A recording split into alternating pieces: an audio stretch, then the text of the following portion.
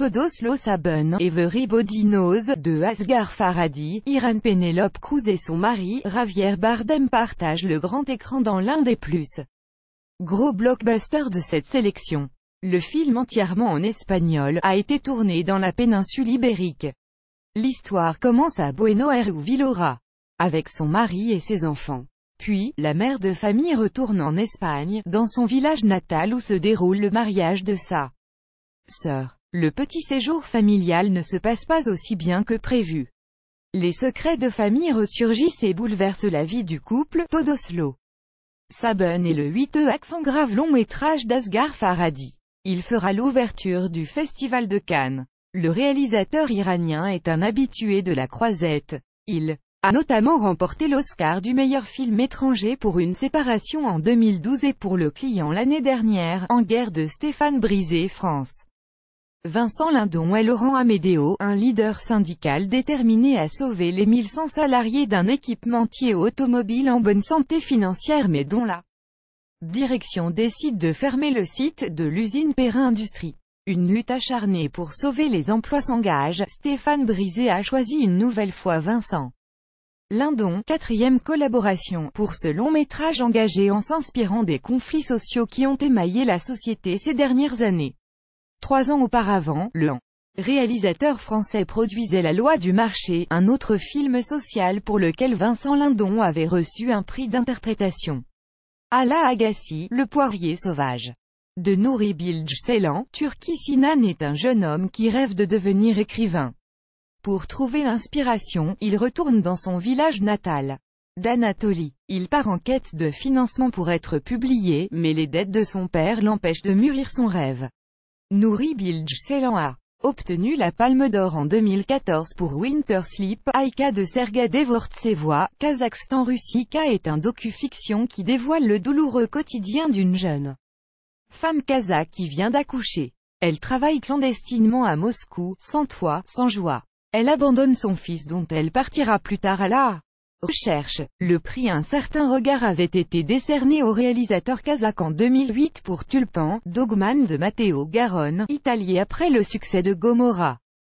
Grand Prix en 2008 et Tale of Tal, Matteo Garrone revient sur la croisette avec le drame Dogman, sa 4e sélection pour la Palme.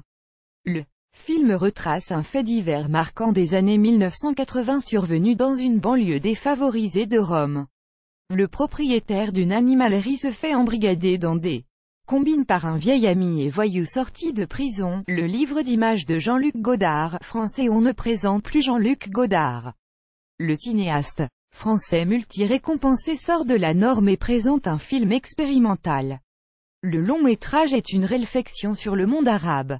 Il se décortique en 5 parties et mêle des images de documentaire et de fiction. La dernière fois que le cinéaste franco-suisse était présent sur la Côte d'Azur c'était avec Adieu au langage en 2014 qui remporta le prix du jury ex-aequo avec Momie de Xavier Dolan, Un couteau dans le cœur de Yann Gonzalez, France. Mexicaine, Vanessa Paradis est productrice de films porno gays dans les années 1970. Elle entame une reconversion pour reconquérir son ex-compagne, Loïs. Elle se lance dans un film plus sérieux, dont elle confie la réalisation à Archibald, son complice de longue date. Mais un tueur en série va venir contrarier ses plans en assassinant un de ses acteurs. Anne mène une enquête qui va bouleverser sa vie. Le réalisateur niçois est invité sur la croisette pour la 6e fois mais c'est une première en sélection officielle. Netemo Sametemo, Asako Ii. Jeune femme de 21 ans. Elle vit à Osaka. Baku, l'homme dont elle est éprise disparaît. 2 ans plus tard, elle tombe sur son parfait sosie à Tokyo, Ryohei. Elle se laisse séduire et retombe amoureuse. Plaire, aimer et courir vite de Christophe Honoré. France. 11 ans après les chansons d'amour, Christophe Honoré fait à nouveau partie de la sélection officielle. Il aborde cette fois-ci l'homosexualité dans les années 1990. Une histoire d'amour née entre Arthur, 20 ans, étudiant à Rennes, et Jacques, écrivain parisien qui vit avec son jeune fils. Le cinéaste français retrace en quelque sorte son quotidien. Père et gay, Les filles du soleil, Eva Husson, France. Quelque part au Kurdistan, Bahar, commandement du bataillon Les filles du soleil, des femmes soldates kurdes, s'apprêtent à reconquérir Gordienne, la ville où elle avait été capturée par les extrémistes, les hommes en noir. Mathilde est une journaliste française, elle est venue assister aux 3 premiers jours de l'offensive. La réalisatrice française fait sa première apparition au Festival de Cannes. Eva Husson casse les codes du film de guerre en faisant la part belle aux femmes. Jianghu RNV, Les Éternels, de Jia Zhangke, Sinel réalisateur chinois met en scène un combo dangereux fait d'amour et de banditisme. Chiao Se prend de bain, petit chef de la pègre locale de Datong. Elle ira en prison pour lui avoir sauvé la vie. Dès sa sortie, Chiao veut retrouver Ben mais, lui, refuse de s'engager dans une vie commune. Ils se retrouveront 10 ans plus tard. Ben a décroché et Chiao a réussi sa vie grâce à la pègre. Jia Zhangke s'offre une 5e sélection pour la Palme d'Or. Manbiki Kazoku. Une affaire de famille, de Kōrode à Hirokazu, japonais cinéaste nippon raconte l'histoire d'une famille de voleurs à l'étalage qui adopte une petite fille maltraitée et livrée à elle-même. Osamu et son fils vivent de petits larcins et sont heureux. Mais un incident va venir bouleverser leur petite routine. De terribles secrets vont être révélés. Kōrode à Hirokazu a reçu le prix du jury en 2013 pour Tel père, tel fils. Les drames familiaux dans la société japonaise sont la spécialité du cinéaste. Capharnaüm de Nadine Labaki, Liban. La réalisatrice libanaise participera pour la première fois à la compétition officielle avec Capharnaüm, son 3e long métrage. L'actrice de Rock the Casbah s'immisce dans le quotidien d'une famille de Beyrouth où un jeune garçon porte plainte contre ses parents pour lui avoir donné la vie. Burning de Lee Chang-dong, Corée du Sud. Lee Chang-dong, ministre de la Culture de la Corée du Sud. 2003 à 2004, adapte une nouvelle de l'auteur japonais Haruki Murakami.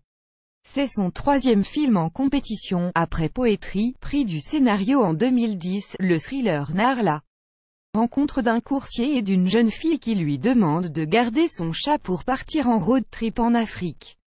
Elle fait la connaissance d'un jeune homme et décide de l'embarquer avec elle. Les 3 jeunes gens se côtoient. La nouvelle recrue leur confie son obsession pour le feu et leur avoue être pyromane. Black Klansman de Spike Lee. États-Unis. Black Klansman est inspiré d'une histoire vraie dans les méandres du Ku Klux Klan. Un policier afro-américain, infiltré parmi des membres du KKK en 1978, gravit les échelons de l'organisation raciste jusqu'à en devenir président. Son coéquipier, Adam Driver, est sa couverture blanche. Ensemble ils vont empêcher l'organisation de prendre le contrôle de la ville de Colorado Springs. Spike Lee est un habitué des questions identitaires aux États-Unis. Malcolm X, Do the Right Thing. Pour ce nouveau film, il adapte le livre autobiographique Black Klansman de Ron Stallworth, Under the Silver Lake de David Robert Mitchell. États-Unis. Le thriller américain se déroule à Los Angeles où Sam, 33 ans, débarque pour devenir célèbre. Mais la disparition mystérieuse de sa voisine, Sarah, va chambouler ses ambitions. Pris dans le jeu d'une enquête obsessionnelle à travers la ville, Sam s'engouffre dans les limbes de la cité des anges s'improvise enquêteur pour d'autres disparitions et meurtres glauques. David Robert Mitchell est une figure du cinéma indépendant américain. Il est connu pour son film d'horreur It Follows, 2014, pour lequel il a remporté le Grand Prix du Festival international du film fantastique de Gérard May. Ce Rock, 3 visages de Jafar Panahi, Iran. Le réalisateur iranien, célèbre pour Taxi Téhéran, Ours d'or à Berlin en 2015, met à l'honneur les femmes. Il dépeint 3 portraits de femmes dans un Iran à la fois moderne mais aussi, et toujours, empreint de traditions ancestrales. Le festival a invité le cinéaste iranien à présenter Srifas malgré une interdiction des autorités de quitter le territoire. Les autorités iraniennes recevront une lettre de notre part et des autorités françaises pour autoriser Jafar Panahi à quitter le territoire, à présenter son travail et pouvoir rentrer dans son pays, avait indiqué le délégué général du festival Thierry Frémaux lors de la conférence de presse du 12 avril dernier. Zimna Wojna, Cold War, de Paweł Pawlikowski, Pologne. Zimna Wojna dévoile une histoire d'amour entre une jeune chanteuse et un musicien durant la guerre froide. Le couple se déchire entre Paris, Berlin, la Yougoslavie et la Pologne stalinienne. Les originels et tempéraments incompatibles de ces deux êtres rendent cet amour impossible. Paweł Pawłowski sublime cette histoire d'amour avec un film en noir et blanc. Le réalisateur polonais utilisait déjà ce procédé dans Zida, Oscar du meilleur film en langue étrangère en 2015, Lazzaro Felice, heureux comme Lazzaro, d'Alice Rohrwacher. Italie. Alice Rohrwacher devient une fidèle du Festival de Cannes. C'est sa troisième sélection cannoise, son film Les Merveilles avait remporté le Grand Prix au Festival de Cannes 2014. La sœur de Monica Bellucci revient cette année avec l'histoire poétique de Lazzaro, un jeune paysan travaillant sous le joug de la marquise Alfonsina de Luna, à l'écart du monde moderne. Il va se lier d'amitié avec Tancredi, le fils de la marquise, et traverser le temps. Il y découvrira le monde moderne, Leto, l'été, de Kirill Serebrennikov, Russiel, disque de Lou Reed, David Bowie ou Led Zeppelin se prête sous le manteau en ce début des années 80 sous Gorbatchev. Kirill Serebrennikov fait revivre l'émergence de la scène rock à Leningrad à une époque où les envies d'émancipation et de liberté sont à leur paroxysme. Le cinéaste russe ne sera pas sur la croisette. Le dissident est assigné à résidence jusqu'au 19 juillet, dans l'attente de son procès, pour une affaire de détournement de fonds publics qu'il juge absurde. Sans s'opposer ouvertement au président Vladimir Poutine, le metteur en scène avait plusieurs fois critiqué les pressions croissantes exercées sur la création artistique. Ses œuvres, abordant des thèmes comme la politique, la religion ou la sexualité, ont été régulièrement critiquées par les militants orthodoxes et les autorités. Yomeddin de Abeshoki, Égypte. Un ancien lépreux et un orphelin nubien s'engagent dans un road trip étonnant à travers l'Égypte. Ils n'ont presque rien, quelques bricoles tractées par un âne, mais ont beaucoup à partager. Bey, récemment guéri, n'a jamais quitté sa léproserie dans le désert où il était soigné depuis l'enfance. Ce duo incongru devient inséparable. Aboubakr Chokki signe son premier long métrage entre drame et comédie. Le cinéaste égyptien avait déjà traité le sujet dans son documentaire The Colony, tourné au sein d'une léproserie égyptienne. The Man Who Killed Don Quichotte, l'homme qui tua Don Quichotte, de Terry Gilliam, devrait clôturer cette 71e édition du Festival de Cannes. Le film, hors compétition, fait l'objet d'une polémique. Terry Gilliam est en conflit depuis plusieurs mois avec le producteur Polo Branco sur les droits d'exploitation du film. Les avocats du Festival de Cannes soutiennent le cinéaste britannique, après différents désaccords artistiques et financiers lors de la pré-production. Il y a près de 20 ans, le cinéaste britannique avait résilié son contrat avec le producteur portugais Polo Branco et sa société de production Alfama, avec qui Terry Gilliam s'était engagé, ont demandé l'interdiction de la projection du film. C'est la première fois que le festival est pris en otage, a déploré Gabrielle Odino, l'avocate du festival. La justice doit trancher. Réponse ce mercredi.